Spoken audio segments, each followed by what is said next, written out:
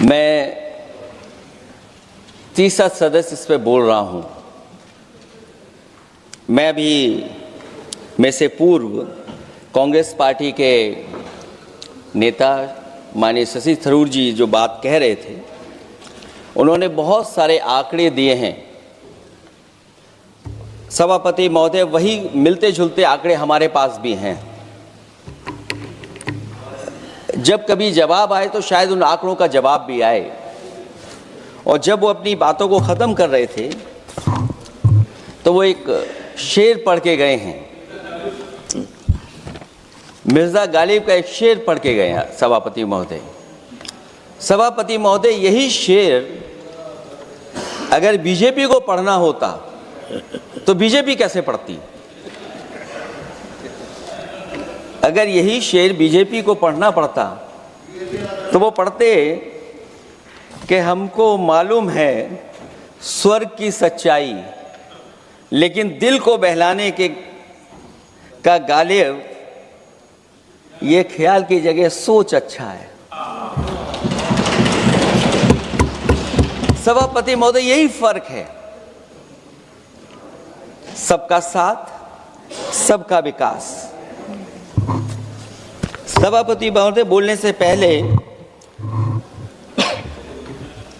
मैं जब बजट को देख रहा था और अक्सर सरकार को पिछले कई सालों से चलता हुआ मैं देख रहा हूं, मैं कहना चाहता हूं, क्यों झूठे ख्यालों में दिन रात करें, जो बनाते हैं हवा में बातों के महल, आओ उनसे कुछ जमीनी बात करें।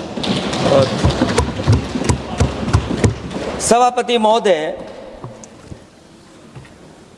बजट आने से पहले और बजट आने के बाद पूरा देश और पूरे देश में ये बहस चल रही थी कि अमेरिका को लेकर के डील होने जा रही है।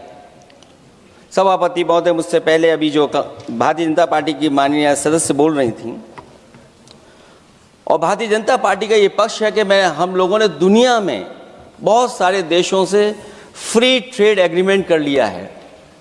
सभापति महोदय, मैं भारतीय जनता पार्टी की सरकार से जानना चाहूँगा, अभी कितने देश और बचे हैं जिससे आप फ्री ट्रेड एग्रीमेंट नहीं कर पाए हैं? कुछ ऐसे भी देश बचे होंगे शायद जिनसे आपकी इच्छा होगी कि हम फ्री ट्रेड एग्रीमेंट कर लें। और सभापति महोदय, का फ्री ट्रेड एग्रीमेंट हो भी जाते हैं, जो लोग कभी रुपए के बारे में बहुत चिंता करते थे, कभी कभी उम्र से, कभी कभी दूसरे लोगों की उससे जोड़ देते थे, इतने सब फ्री ट्रेड एग्रीमेंट होने के बाद और अमेरिका से डील नहीं ढील हुई है, उसके बाद हमारा रुपया कहां पहुंचेगा? और अगर यही डील होनी थी तो 11 महीने इंतजार क्यों कराया? अगर यही डील होनी थी सभापति महोदय, तो 11 महीने किस बात का इंतजार था? हमारे कारोबारियों को या हमारे जितने भी उद्योग से जुड़े लोग हैं, उनके साथ ये परेशानी क्यों? बजट पर सबसे पहला सवाल यही है कि डील पहले बनी है बजट।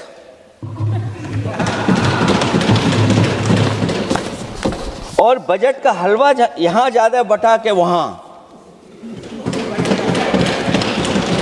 सभापति महोदय, स्वदेशी, आत्मनिर्भर, ये शब्द तो बहुत अच्छे लगते हैं, लेकिन जब डील हो गई है तो क्या इस बजट को लाने से पहले आत्मनिर्भरता और स्वदेशी को अपने अपने शब्दकोश से हटा दिया है, या इसको उल्टे अर्थ में विलोम शब्दकोश में डाल दिया है? और ये डील नहीं है जो हम आप सब समझ पा रहे हैं। शायद 70% के लोग ये नहीं समझ पा रहे होंगे, लेकिन पूरा देश समझ रहा है कि हमने अपना बाजार एक बार और खोल दिया है। $500 बिलियन का व्यापार एक तरफा, हमारे आत्मनिर्भरता कहां जाएगी? स्वदेशी नारा हमारा कहां जाएगा? हमारे देश की जनता भाजपा से कह रही है कि जहां तक हमें मालूम है डील एक तरफा नहीं होती है। क्या ये बनी वहां पहुंची यहां जहां जैसे कोई एक पक्षी मान रहा हो। जनता भाजपा से यह भी जानना चाहती है कि 0 बड़ा के 18।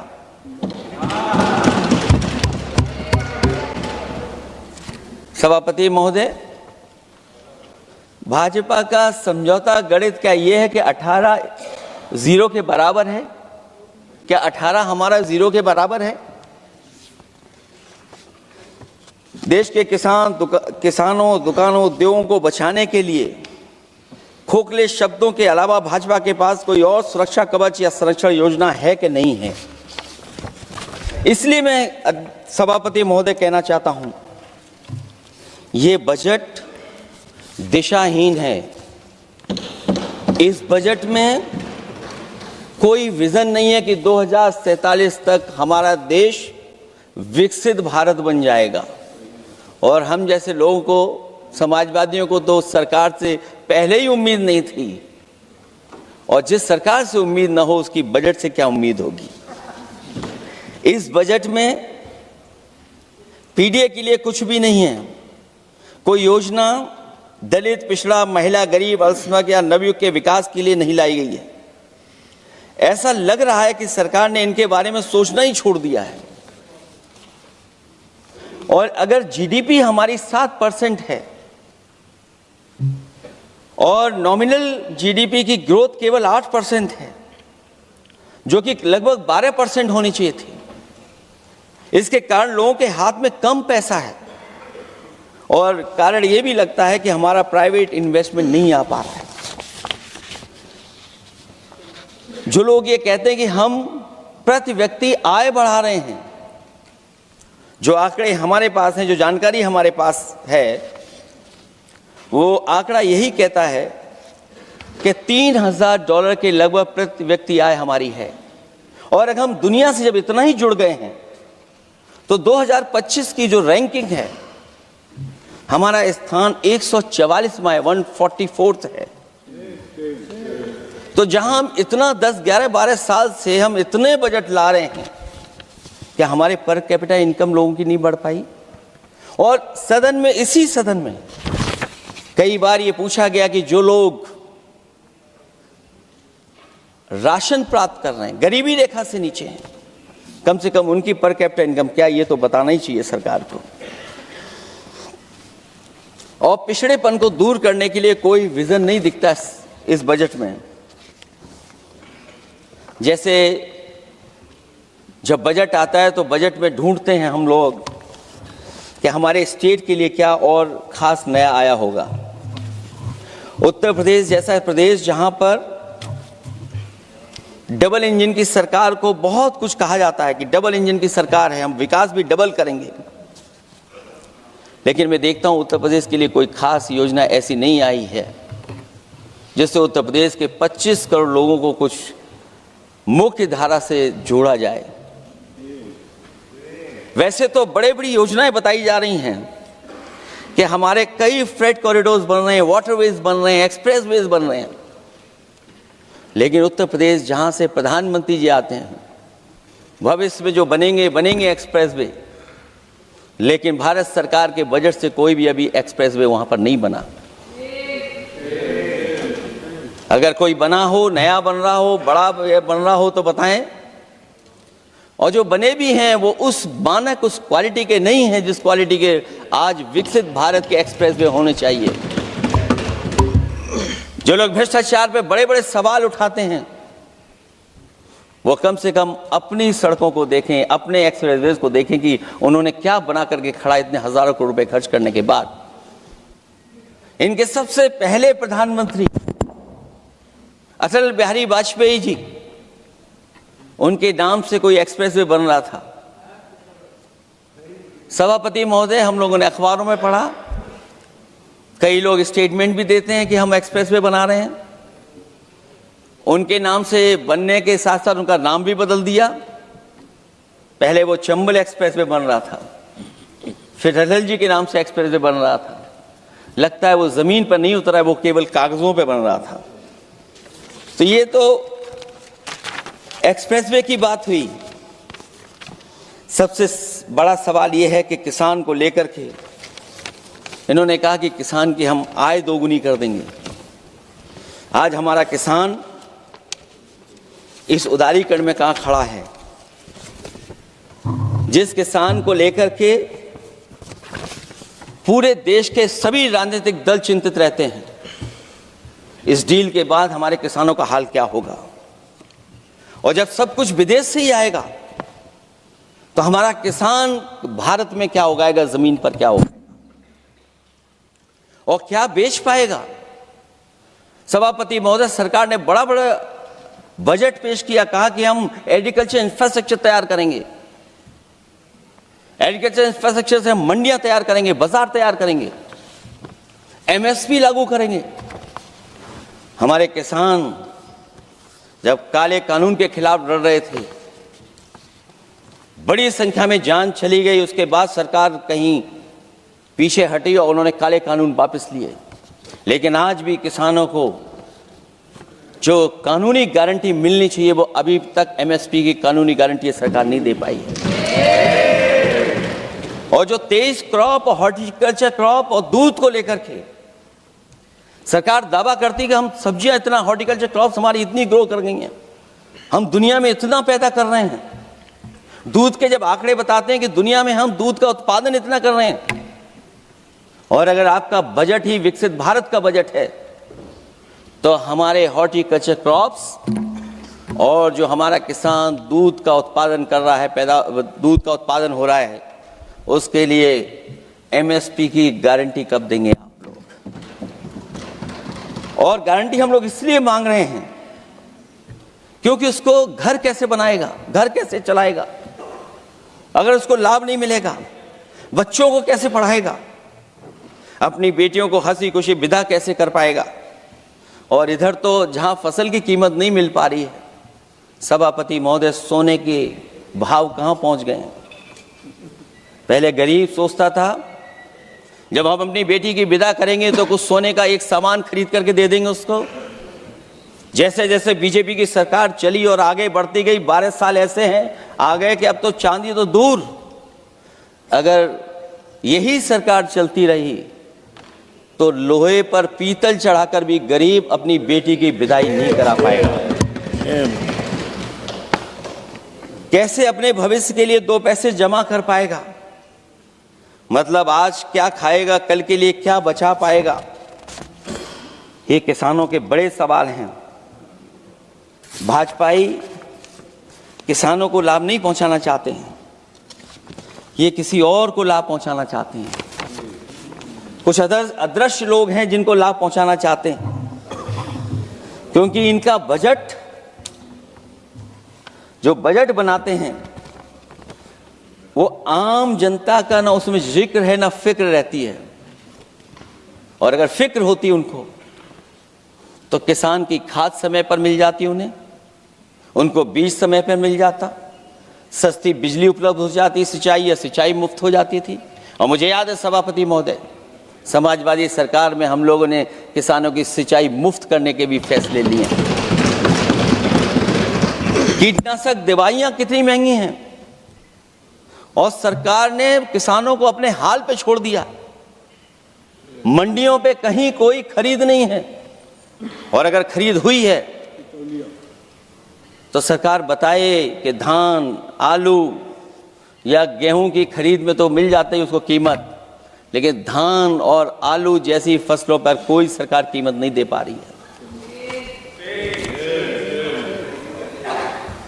महंगाई बेतहाशा बढ़ने पर भी इस बजट में जनता को टैक्स में न छूट देना टैक्स शोषण है।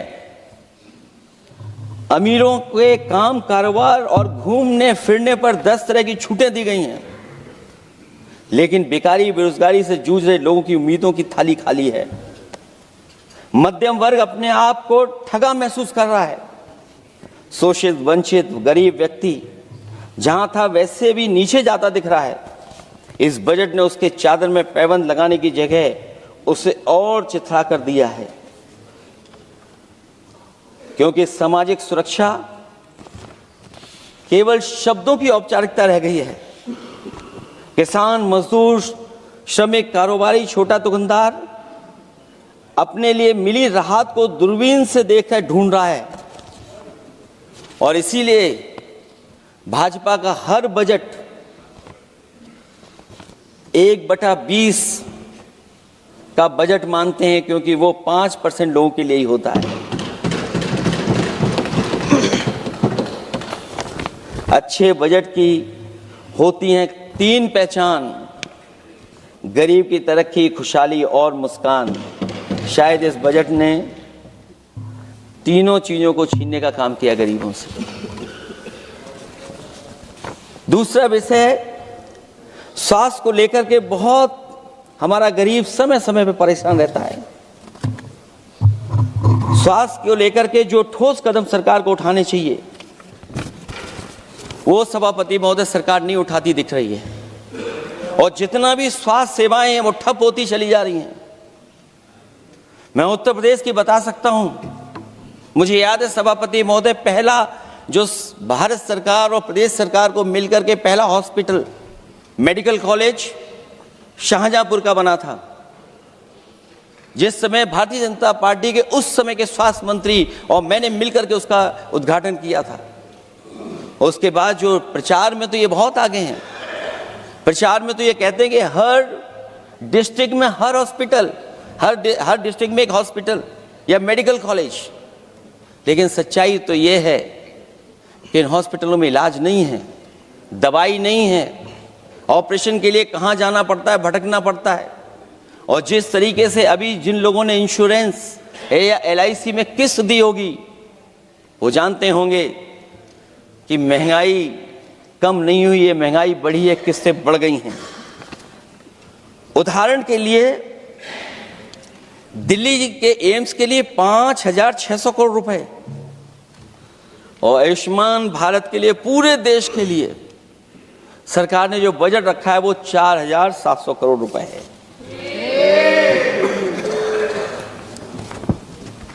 सुनते हैं पहले उपवन में हर ऋतु में बहार गाती थी, कलियों का तो कहना ही क्या, मिट्टी में खुशबू आती थी।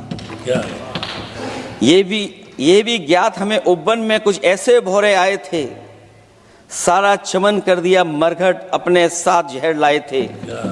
लेकिन अगर चमन वाले ही भौरों के रंग ढंग अपनाएं, माली तुम ही फैसला कर दो, हम किसको दोषी ठहराएं।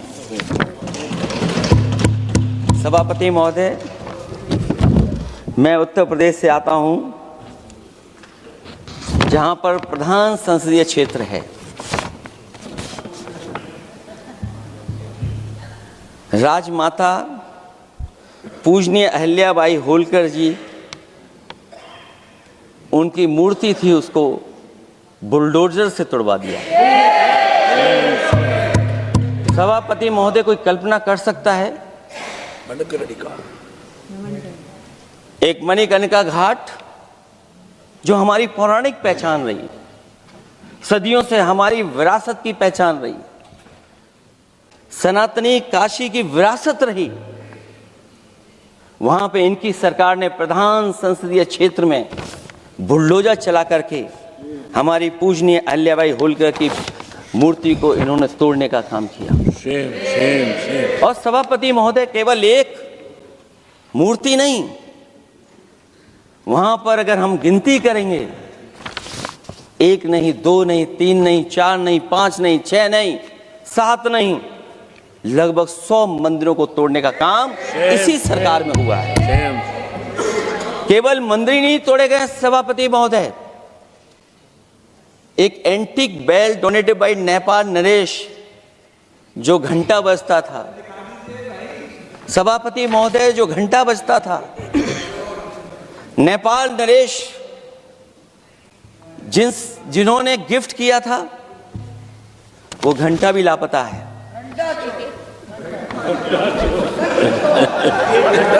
केवल घंटा ही लापता नहीं है,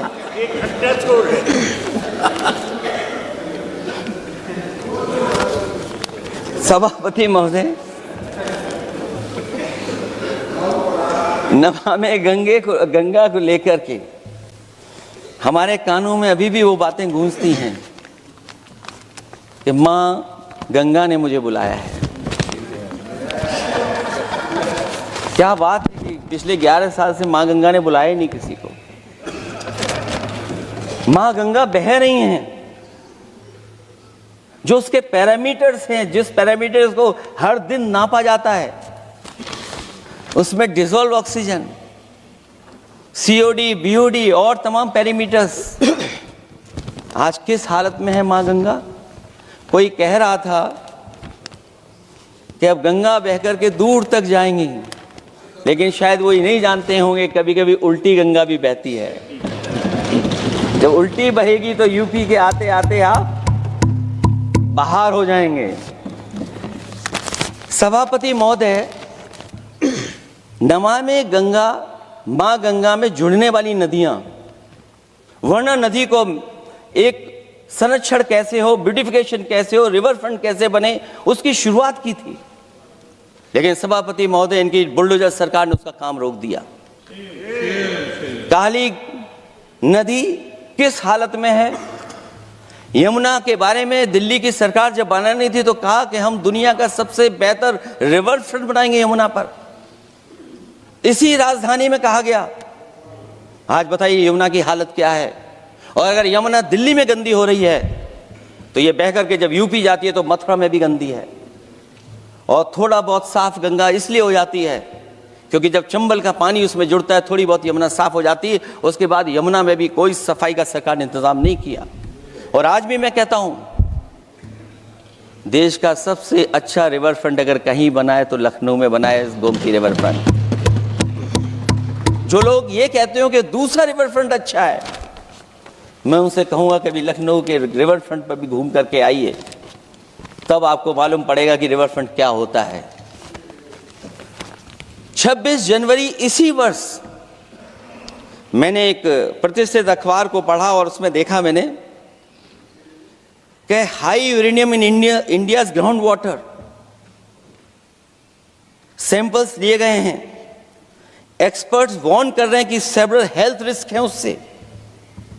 lead pollution alarming in 69 rivers in India contaminated, rivers are contaminated. हमारे पानी में पेस्टिसाइड है, इंडस्ट्रियल वेस्ट है, अनसेफ है ड्रिंकिंग के लिए। हमारी नदियों में मरकरी है, डेंजरस लेवल। और जितनी भी हमारी वाटर बॉडीज हैं इंडस्ट्रियल टाउन्स के आसपास, सब में टॉक्सिक है, मरकरी है, बड़े पैमाने पे डेंजरस है पानी वहां का। और कई जगह इंडस्ट्री का सीधा सीधा वेस्ट जा रहा है। आर्सेनिक लेवल का सोच ही नहीं सकते हम लोग, जो मानक है उससे कई गुना ज्यादा है। ये तो हमारे देश का पानी है जो नदियों में बह रहा है, जो अंडरग्राउंड वाटर बन रहा है हमारा। ठीक ही कहा हमारे माननीय सदस्य ने कि जो संपन्न है, प्रिविलेज्ड हैं, वो लोग तो पानी साफ करने की मशीन खरीद सकते हैं। हमारा गरीब क्या खरीदेगा। गरीब की हेल्थ को कितनी परेशानी और रिस्क है। यहां तक कि अंतर्राष्ट्रीय प्लेटफॉर्म पर हमारे देश को भी सुनना पड़ा एक प्रतिष्ठित चैनल पर कि आपके देश में इन्वेस्टमेंट क्यों आएगा, क्योंकि वहां आ ही नहीं सकता है, क्योंकि आपकी हवा खराब है। सोचिए, देश का पानी खराब हो।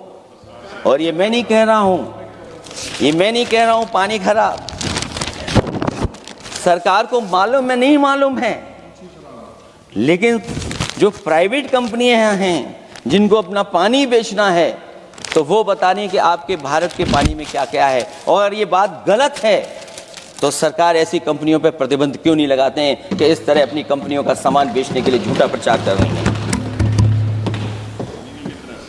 जो चर्चा होने लगती है हवा खराब है, हालांकि उत्तर प्रदेश आते आते सरकार की भी हवा खराब हो जाती है। सरकार सबको डराती है, लेकिन सरकार को कोई नमस्कार न करे उसको नहीं डरा सकते। हमने तो कहा कि तुम लखनऊ से गए हो, लखनऊ का जो अदब है, लखनऊ का जो हमारी पहचान है, कम से कम अगर नमस्कार नहीं कर सकते तो आदाब तो कर ही देते वहां जाकर। जो लोग पिछड़े पीडीए उनके पक्षधर बनते हैं, आरक्षण को लेकर के कहते हैं कि हम आरक्षण देंगे, उनकी सरकारों में क्या अपॉइंटमेंट हो रहे हैं। मुझे याद है इससे पहले जब बहस हुई थी सदन में, वहां से बात निकली थी कि किस तरीके से अपॉइंटमेंट हो रहे हैं यूनिवर्सिटीज और कॉलेजेस में। मैं उसी पे कुछ कहना चाहता हूं। ये अपनी अपनी किस्मत है, कुछ कलियां खिलती हैं ऊपर और दूसरी मुरझा जाती हैं झुके झुके जीवन भर भूं पर। माना बदकिस्मत है, लेकिन क्या वे महक नहीं सकती हैं? अगर मिले अवसर अंगारे सी क्या दहक नहीं सकती हैं? जिस तरीके से आरक्षण पर खिलवाड़ हो रही है उसकी कोई कल्पना नहीं कर सकता था। विकसित भारत तभी विकसित भारत माना जाएगा जब हमारे पिछड़े, दलित, आदिवासी, अल्पसंख्यक मुसलमान भाई को बराबर का हक मिलेगा। और जब तक हक नहीं मिल रहा उनको, तब तक शायद विकसित भारत का देखने का सपना आधा अधूरा है। अभी अभी सुप्रीम कोर्ट ने कहा है माइग्रेशन को लेकर के, सुप्रीम कोर्ट ने 16 जनवरी को एक फैसला पलट दिया। हाई कोर्ट के फैसले को पलटते हुए फैसला सुनाया कि यदि आरक्षित वर्ग का कोई उम्मीदवार बिना किसी छूट का लाभ लिए अगर अनारक्षित वर्ग से ज्यादा नंबर प्राप्त करे तो उसे अनारक्षित वर्ग में सेलेक्ट किया जाएगा। क्या सुप्रीम कोर्ट भी कह रहा है? हमारे सरकार की भी नियत है कि सबको आरक्षण मिलना चाहिए जिनका हक हो। हमारे प्रधानमंत्री जी भी कहते हैं हम पिछड़े हैं। हमारे दूसरे नंबर के नेता, क्योंकि उन्हें सनातनी बनना था, अपना धर्म बदल के दूसरा धर्म लिख लिया उन्होंने। तो कम से कम पिछड़ों का तो ख्याल करिए आप। जब पिछड़ों का ख्याल करोगे तभी आपका देश विकसित बनेगा, भारत विकसित बनेगा। अगर आप पिछड़ों को छोड़ देंगे, दलितों को छोड़ देंगे, आदिवासियों को छोड़ देंगे, अल्पसंख्यक भाइयों को छोड़ देंगे, तो आप कैसे विकसित भारत बनाएंगे? एक आर्थिक बराबरी है, दूसरी सामाजिक बराबरी है। और मुझे लगता है बजट से न आर्थिक गैर बराबरी दूर हो रही है, न सामाजिक गैर बराबरी दूर हो रही है। और इनकी सरकार में कितना भेदभाव है। सभापति महोदय, केवल चुनाव जीतने के लिए सोचिए। एक 72 साल के बुजुर्ग पर मोईद खान साहब, आप जानते होंगे आपके क्षेत्र में, मदरसा टाउन एरिया। सभापति महोदय, बीजेपी का लक्ष्य केवल है चुनाव जीतना। इन आंकड़ों से क्या मतलब? और आंकड़ों के अगर ये ठीक आंकड़े होते सभापति महोदय, तो इन्होंने कहा था कि बुलेट ट्रेन हम 1 लाख करोड़ की बनाएंगे। आज बुलेट ट्रेन 2 लाख करोड़ की कैसे हो गई? सभापति महोदय कहा कि हम 1 लाख करोड़ में बनाएंगे बुलेट ट्रेन। और बुलेट ट्रेन केवल संपन्न स्टेटों में क्यों? हमारे बंगाल, बिहार और यूपी में क्यों नहीं? और अगर आप हाई स्पीड बुलेट ट्रेन लाना चाहते हैं तो 1 लाख करोड़ का बजट दिया था, 2 लाख करोड़ बजट हो गया। यूपी में जब बनेगा तो पता नहीं कब बनेगा, कौन जानता है कब बनेगा। चुनाव जीतने के लिए इनकी सरकार के लोगों ने झूठा फंसाया। ये सब जुमला है, जुमला। झूठा फंसाया, और इसलिए फंसाया कि वो मुस्लिम है, इसलिए फंसाया। 72 वर्ष के बुजुर्ग को 19 महीने जेल में रखा गया। समाजवादी पार्टी को बदनाम किया गया, और केवल इसलिए कि चुनाव जीत जाए आप, अयोध्या का चुनाव जीत जाए, क्योंकि अयोध्या का चुनाव हारे थे आप लोग। मैं अयोध्या की महान जनता का धन्यवाद देता हूं कि उन्होंने कम्युनल पॉलिटिक्स का समापन किया है। वो विकास के रास्ते पे जाना चाहते हो। मैंने पहले भी कहा, फिर कहता हूं, आपका विकास अयोध्या का तो मैं जानता हूं कैसा है, क्योंकि लोगों ने काशी को क्यूटिव बनते नहीं देख पाए। अगर हम सब सदस्य हैं और हमारे प्रधान सांसद के संसदीय क्षेत्र को अगर हम क्यूटिव न बना पाए, आप विरासत मिटा रहे हैं। वहां पर कई सौ पुरानी दाल मंडी, जिसमें केवल वोट नहीं मिलता, इसलिए दाल मंडी को आप डिमोलिश कर देंगे आप। अल्पसंख्यक बनारस और इसको अयोध्या को जीतने के लिए 72 वर्ष के एक व्यक्ति को झूठा केस लगाया, झूठा फंसाया, जेल भेज दिया। और न केवल उसको जेल भेजा बल्कि उसकी दुकानें और उसकी बेकरी पर भी बुलडोजर चला दिया आपने। क्या डेमोक्रेसी में हमारे बुलडोजर का कोई स्थान है क्या? हाई कोर्ट कहता है कि आप फैसला सुना सकते हैं क्या? कोर्ट कहता है कि आप कौन हो गए फैसला सुनाने वाले लोग? और फिर आप लोग कहते हैं कि हर घर जल और नल। सभापति महोदय, इन्हीं के विधायक ने मंत्री जी को घेर लिया, इन्हीं के विधायक ने मंत्री जी का अपहरण कर लिया और ये कहते हैं कि हम तो, हमारे कोई अराजकता नहीं है। ये कहते हैं इन्वेस्टमेंट लाएंगे, हम एमओयू साइन करेंगे। सभापति महोदय, देश के प्रधानमंत्री, देश के सबसे बड़े उद्योगपति उत्तर प्रदेश पहुंचे थे, एमओयू साइन किए गए, लाखों करोड़ के एमओयू साइन हुए। और एमओयू साइन होने के बाद जमीन पर कितना उतरा ये बताए सरकार। एमओयू के बाद सरकार बताए कितना जमीन पर उतरा है। इन्होंने जब कश्मीर का 370 हटा रहे थे सभापति महोदय, हाँ ना, बजट ही है ये एमओयू में, क्योंकि इंसेंटिव अगर नहीं देंगे तो कौन आपका इन्वेस्टमेंट लाएगा? ये राज्य का विषय नहीं है सभापति, राज्य से प्रधानमंत्री आते हैं। और आपने ये कहा कि प्रधानमंत्री के क्षेत्र में हमने देश में कहा कि हमने 1000 किलोमीटर मेट्रो बिछाई है। आपने देश के प्रधानमंत्री के क्षेत्र में क्यों नहीं मेट्रो बिछाई? क्यों नहीं बिछाई आपने? आपने देश के प्रधानमंत्री के क्षेत्र को एक्सप्रेस वे से क्यों नहीं जोड़ा आपने? क्योंकि आपके पास बजट नहीं है। अटल बिहारी वाजपेयी जी के आपने नाम से एक्सप्रेस वे क्यों नहीं बनाया? बताइए आप, ये बजट नहीं है आपके पास।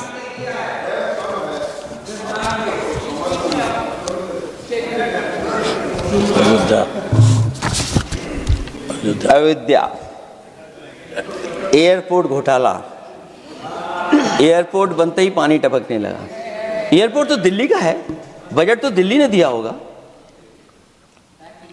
अयोध्या रेलवे स्टेशन, हमारे कन्नौज का रेलवे स्टेशन बनते ही गिर गया और गिरने के बाद अभी तक नहीं बन पाया। तो ये बजट का हिस्सा नहीं है क्या? आप वाटरवेज बात कर रहे हैं, गंगा साफ नहीं है, आप पानी का जहाज कहां ले जाएंगे? बिहार में जाकर के रुक जाएगा। पिछली बार भी एक पानी का जहाज चला था, बनारस से जाते ही बिहार में रुक गया, जाकर के पटना भी नहीं पहुंच पाया। Rampath, sewer line smart city का हिस्सा है। आपका स्मार्ट सिटी कैसा है? इंदौर में पानी पीने से कितने लोगों की जान चलेगी सभापति महोदय? और कोई शहर बता दीजिए जहां कूड़ों का ढेर ना हो। जब देश के प्रधानमंत्री जी ने झाड़ू उठाया हो और उसके बाद भी कहीं कूड़ा ना हटे सभापति महोदय। भजन संध्या स्थल घोटाला हुआ, अंतर्राष्ट्रीय मीडिया सेंटर बनाया, उसमें भी पानी गिर रहा है। लाइट सजावट की चाइनीज आई हैं। हमारे देश का कारोबार कैसे उलझा दिया आपने? चीन और अमेरिका और थोड़ा बहुत रशिया, विदेश नीति तो असफल हुई है, लेकिन हमारा बाजार को भी पूरा बेच दिया।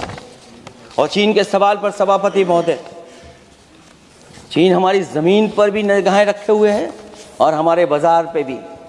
इसलिए जो सरकार फैसला ले बड़ी सावधानी से ले। मैं कितनी बातें बताऊं वहां पर। सेना जमीन ले लिया, जमीनें जाने कहां चली गई हैं। इसलिए सभापति महोदय, ये बजट दिशाहीन है। ये 2047 में हमारा विकसित भारत तो नहीं बनेगा। और जिस तरीके से बेरोजगारी बढ़ी है, बेरोजगारी को लेकर के जो चिंता रही, हमेशा रहती थी, और जो सरकार ने बड़े बड़े फैसले भी लिए थे, जानकारी दी थी कि हम बेरोजगारी ऐसे दूर कर लेंगे। मेक इन इंडिया का जो सपना दिखाया था, आखिरकार मेक इन इंडिया का सपना कहाँ पूरा हो पा रहा है? मेक इन इंडिया का जो शेर था वो जंग खा रहा है सभापति महोदय। जो योजना लेकर के आए थे, एम्प्लॉयमेंट लिंक्ड इंसेंटिव्स, सरकार बताए कि हमें कितना उसमें लाभ पहुंचा है। 2024-2025 के बजट में इन योजनाओं के लिए 33,000 करोड़ रुपए आवंटित किए गए थे, लेकिन खर्च कितना हुआ? 1,700 करोड़ रुपया केवल। एक आपने पिछली बार सपना दिखाया था कि इंटर्नशिप की योजना, इंटर्नशिप वाली योजना जो घोषित की, जिसके लिए 10,000 करोड़ रुपए आवंटित किए थे आपने, लेकिन उसमें खर्च कितना हुआ है? 500 करोड़ रुपया। और जो लक्ष्य रखा था आपने रखा था 5 साल में 1 करोड़ लोगों को, लेकिन इसमें आए कितने? 1,65,000 लोगों ने फॉर्म भरा, ऑफर दिया उन्होंने, लेकिन फाइनली जिसमें ऑफर जिसका सिलेक्ट हुआ वो केवल 16,000 लोगों को काम पहुंचा है। सोचिए, हमारा देश इतना बड़ा, जहां करोड़ों को आप इस योजना से जोड़ना चाहते थे, केवल 16,000 लोग जाएंगे उसमें। ये आपको बेरोजगारी खत्म करने की योजना है आपकी।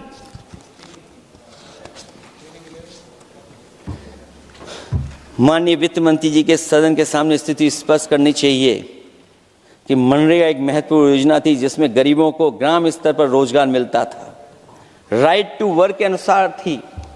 इस योजना को समाप्त करते हुए आपने क्या नाम रखा है? बीबी राम जी। और हमारे राम जी कहाँ बैठे हैं? कहाँ है हमारे राम जी? पीछे बैठे, जिन्हें बचपन से हम देखते आए राम जी। ये हमारी खुशकिस्मती है कि राम जी सदन में बैठे हैं, लेकिन आप राम जी का अपमान कर रहे हैं। आपको उनको यहां नहीं बैठा सकते, आपको यहां बैठाना चाहिए नंबर 2 पर। अगर आप सच्चे मायने में सभापति महोदय बीपी राम जी, आप कृपया देखिए, वित्त मंत्री राम जी को ही नहीं जानती हैं। अखिलेश जी हे भगवान, अखिलेश जी आप कृपया बजट पे आ जाइए। आप कृपया बजट पे आ जाइए अखिलेश जी। सभापति महोदय बजट पे आइए, बजट पे आइए।